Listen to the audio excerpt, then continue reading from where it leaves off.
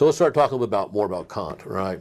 So Kant starts out and he's worried about, he wants to find something that's good without qualification. Right? Aristotle, Plato, Socrates will talk about the virtues and how important they are. But as Kant points out, right, a sober criminal is just more dangerous, right? People that have courage, a courageous enemy is even more powerful. So you can have these virtues, these ways of behaving that are still things that can be turned right against others or be used in an unethical fashion, used by bad people. Good things being used by bad people. So we want something good without qualification, right? And virtues are qualified goods because they have to be used in the proper way, right? You said once again oops, where we are. There we are.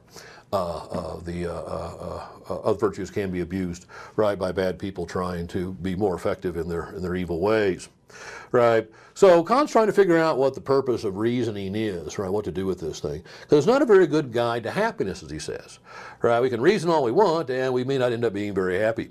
So instinct, he thinks, is a far better guide to happiness than his reason. So here you have this enormous faculty, right, in humanity, the ability to see inconsistencies and contradictions in thought.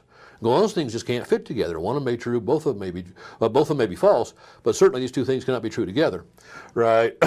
So this is what he thinks, right? The true function of reason is to produce a will that is good by keeping it internally consistent. If your will is internally consistent for Kant, then it is you're using reason correctly, and you're using reason to produce a good will, which is then good without qualification, right?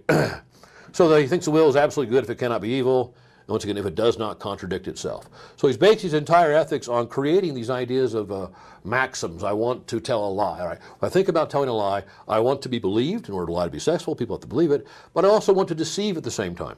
Well, this is a contradiction of wills. I'm willing to be believed and I'm willing to be deceived. These two conflict, and therefore we should not tell lies. And for Kant, he's absolutely certain on this. No lies whatsoever. Lies are just bad, and they are, folks, right? They're destructive in all kinds of ways. But try to stay away from them if you can. Buddha's got a very good point about this. Rather than trying to quit lying, right? That's for some people, it's just too radical a change in their lifestyle. Instead, write down why you lie each day on a piece of paper. If you tell a lie, write down the reasoning behind it, and go back and you study these things. You'll find out that you're using these things for ego-promoting reasons. And you can then, as you learn why you're lying, eventually start stepping back, right, from being deceptive, right? Well, let's go on with Kant, right? That's a good point about Buddha, right? So Kant is attempting to build a system of universal rational ethics, universal rational and binding obligatory on all rational creatures. Like I said, be there higher or lower than man as well. He talks about well, this is back when they thought there were higher beings living on Jupiter and Saturn because they were more noble planets. So he thought it was binding on these creatures as well as angels, right?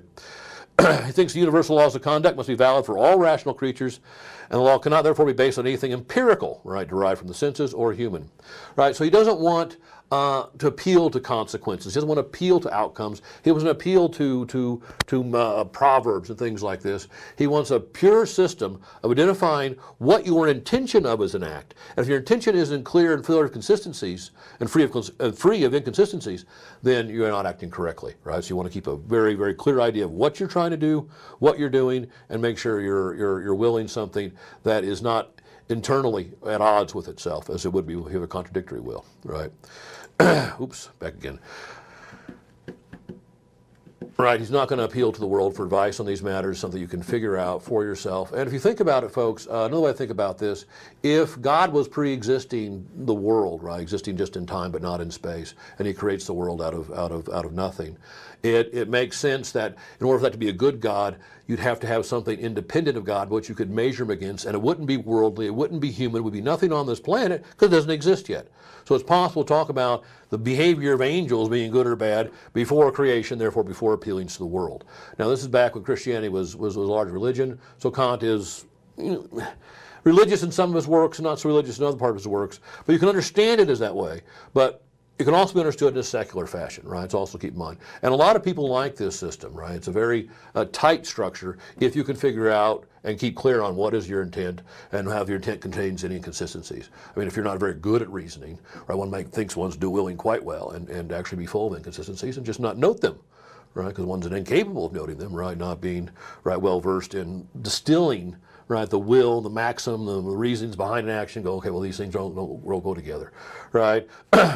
But those points aside, right, Kant wants to build, like I said, this universal system that is objective in the sense that it's separate, distinct from humanity, and can be understood that way rather than being something dependent upon, right, humanity or experience.